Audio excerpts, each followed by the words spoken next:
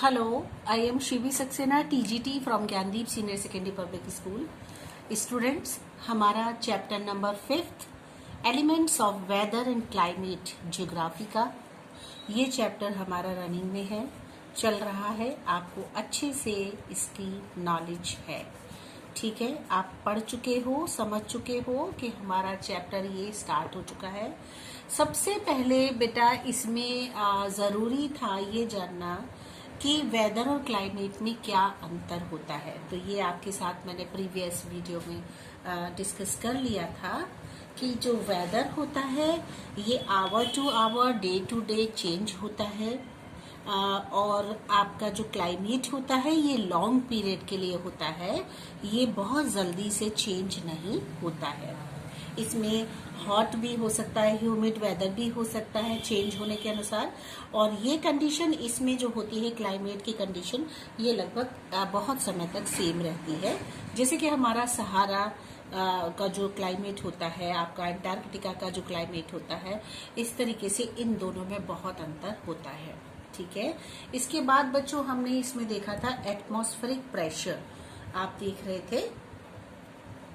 Atmospheric pressure जो था इतना हमने थोड़ा सा समझ लिया था। यहाँ पर ये हॉटनेस और कोल्डनेस का जो प्रेशर होता है, डिग्री होता है, यही हमारे टेम्परेचर पर बहुत ज़्यादा प्रभाव डालता है। उससे हमारा टेम्परेचर जो होता है वो अप एंड डाउन होता है। फिर उसके बाद आगे बढ़े थे तो नेचर ऑफ टेम्परेचर को हमने समझा था। फिर ये भी देखा था कि it changes between day and night, ये दिन और रात में किस तरीके से चेंज हो जाता है टेम्परेचर। सीजन टू सीजन कैसे चेंज हो जाता है, गर्मियों में बहुत ज्यादा गर्म कैसे हो जाता है, सर्दियों में एकदम ठंडा कैसे हो जाता है। तो ये किस तरह से होता है वो भी मैंने आपको इसमें बताया था।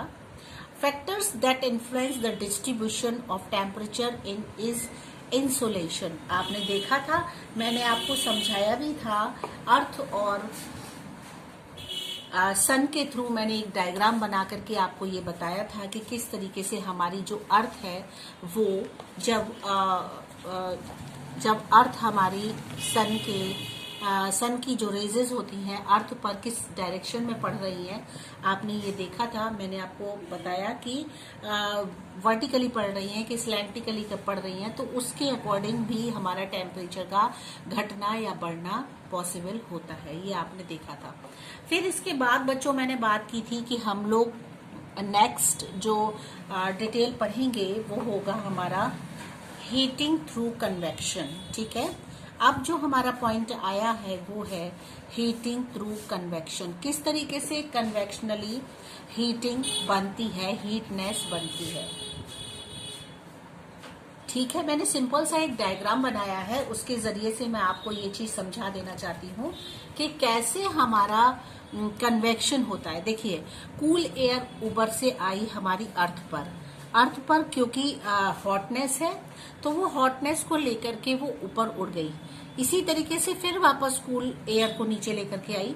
तो जब ये हमारी कूलनेस है वो एक स्फीयर से, एक लेयर से एयर के साथ में वो नीचे आती है, तो हमारी अर्थ पर जो ऑलरेडी जो एयर होती है उसके साथ मिक्स होकर के हमारे कन्वेक्शन बन जाता है, और उससे हमारी एयर का जो टेम्परेचर होता है वो चेंज होने लगता है, उसमें कूलनेस आ जाती है, ठीक है। तो इस तरीके से हीटिंग थ्रू कन्वेक्शन, वो यही कन्वेक्शन का रूप है जो इस तरीके से सिस्टम चलता रहता है। आपका ऊपर लेयर से जो एयर आती है हमारी अर्थ पर, तो अर्थ के कांटेक्ट में आने पर उसमें हीटनेस भी आ जाती है, तो एयर का जो टेम्परेचर होता है वो चेंज हो जाता है। इसी तरीके से सिस्टम जो है फिर वो वापस उड़ के जाता है, फिर वो वापस नीचे आता है, और ये क्रम जो होता है हमारा एयर का वो चलता रहता है। ज्यादातर एयर को इस डायरेक्शन में दिखाया जाता है बच्चों, है ना। तो वो इसीलिए दिखाया जाता है क्योंकि वो कभी उठता है, कभी गिरता है, कभी उठता है, कभी गिरता है। तो हीटिंग का जो कन्वेक्शन पोर्शन है वो आपने इसमें समझ लिया कि कन्वेक्शन जो हीट होता है वो किस तरीके से होता है। सेकेंड पॉइंट बच्चों इसमें, ये तो आपका हो गया फर्स्ट पॉइंट, ठीक है। Elements of weather and climate में ही ये सब चीजें आ रही हैं हमारी। सेकेंड जो है बच्चों, आप अपनी बुक से मैच कर लीजिएगा, हीटिंग थ्रू कंडक्शन, कंडक्शन कौन सा सिस्टम है, किस तरीके से हीट इससे बनती है। तो कंडक्शन ऑफ हीट ट्रांसफर क्या होता है, जब हीट होती है, गर्मी जो होती है वो ट्रांसफर होने लगती है, जब चेंज होने लगती है तब वो किस तरीके का रूप लेती है, कैसे चेंज होती है, between the two molecules of the two bodies. अगर एक जगह पर एक ही पर्सन बैठा है तो उस जो ब्रीदिंग कर रहा है उससे जितनी भी हीटनेस आएगी उसमें इतनी ज्यादा गर्माहट नहीं होती, जहां पर कि और पर्सन आकर के जुड़ जाए वहां तो उनकी जो सांसें चलती है तो उनसे जो गर्माहट होती है उससे भी हमारा जो टेम्परेचर होता है वो चेंज होने लगता है, उसमें हीटनेस आ जाती है। कभी भी आप बच्चों इस चीज को गौर से देखना कि अगर आप रूम में अकेले हैं तो आपको गर्मी कम लगेगी, है ना, और अगर 2-3 लोगों को और वहां बिठा लो अपने साथ में तो आप कुछ देर के बाद आप खुद फील करोगे कि वहां पर गर्माहट ज्यादा हो जाती है, क्योंकि वो जो सांस लेते हैं, ब्रीदिंग करते हैं, उससे उनके बॉडी के अंदर की जो हीटनेस होती है वो थ्रू ब्रीदिंग उनके बाहर आती है और उससे एटमॉस्फेयर में एक गर्माहट होती है। ठीक है, तो हीटिंग थ्रू कंडक्शन वो यही सिस्टम होता है जो मैंने आपको इसमें अभी बताया।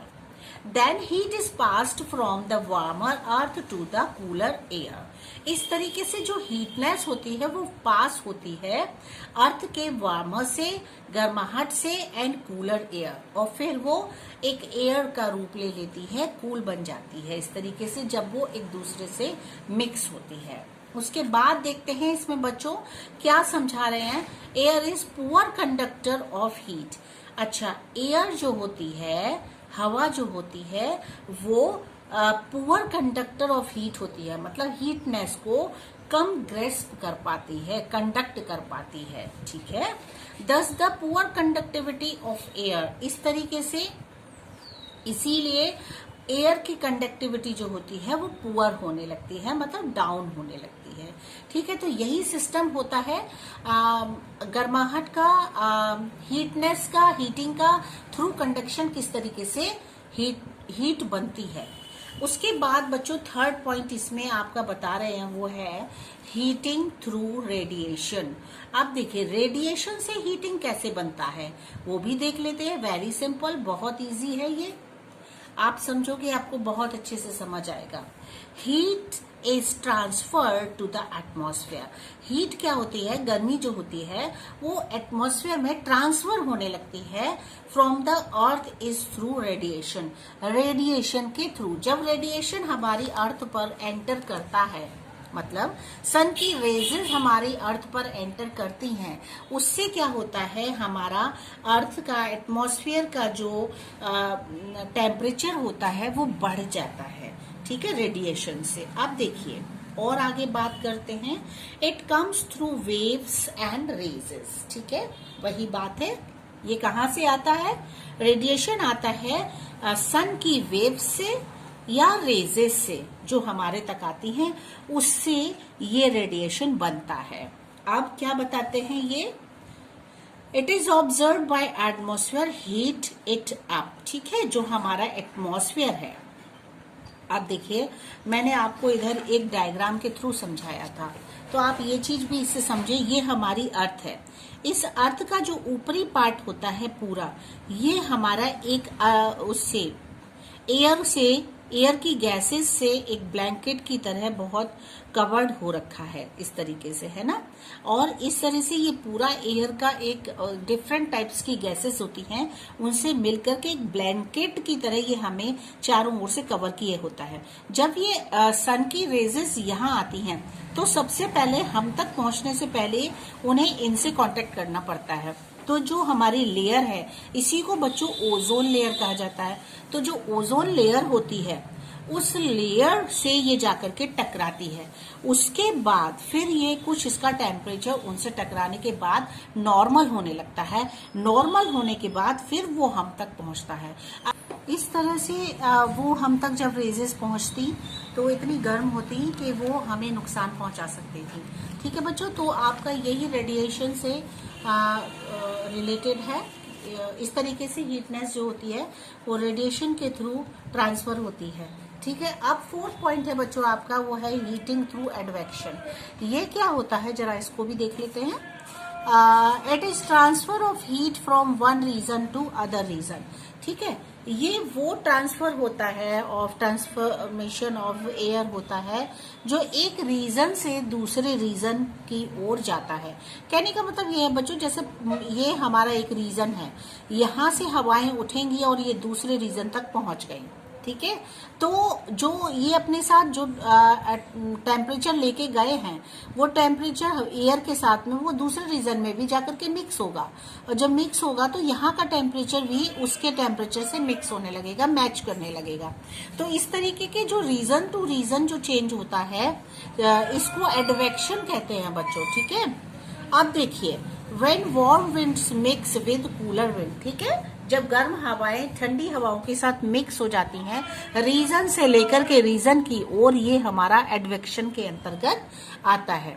अब इसके बाद देखिए, it involves the large scale horizontal transfer of energy.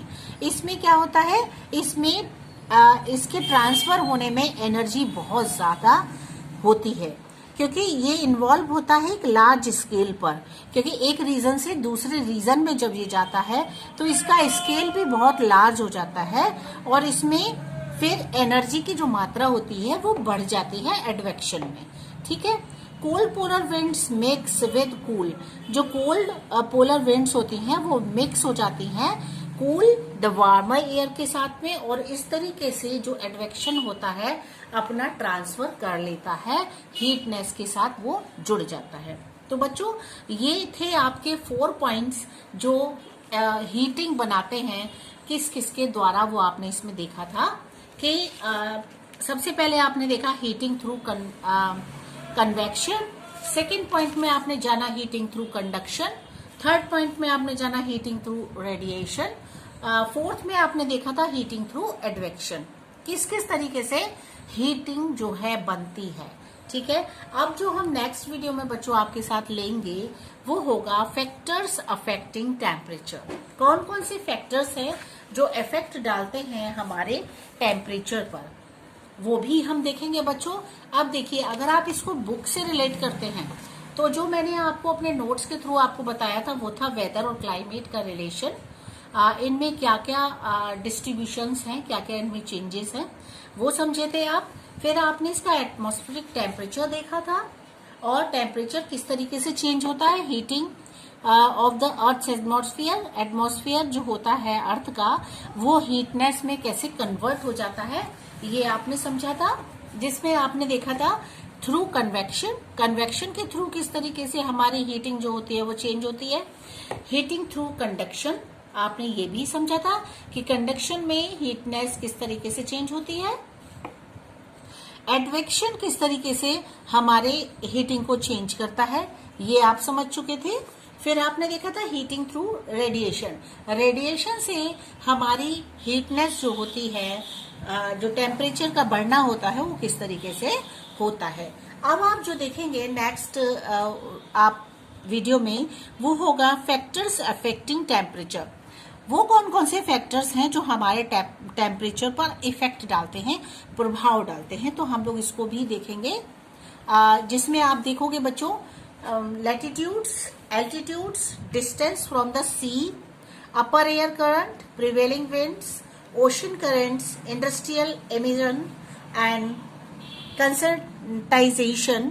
ये सारी चीजें हम लोग 1 बाय 1 इसमें डिस्कस करेंगे कि क्या है ये सब कुछ और किस तरीके से हमारा फैक्टर्स ऐसे हैं जो हमारे टेम्परेचर पर प्रभाव डालते हैं, कौन कौन से फैक्टर्स हैं। ठीक है, आप इसमें देखेंगे ये सब कुछ, और इस तरह से जब आपका ये सारी चीजें आपको मिल जाएंगी, आप ये सब कुछ समझ लोगे, तो आपको बच्चों ये चैप्टर पूरा क्लियर हो जाएगा कि एलिमेंट्स कौन कौन से हैं हमारे वेदर और क्लाइमेट के। ओके बच्चों, today's it is satisfied, it is important for you, और आप इसको रिवाइज करेंगे, इस एक्सप्लेनेशन को फिर से समझेंगे, रिपीट करोगे इसे, और बस आपके लिए इतना ही काफी है। Okay students, bye bye.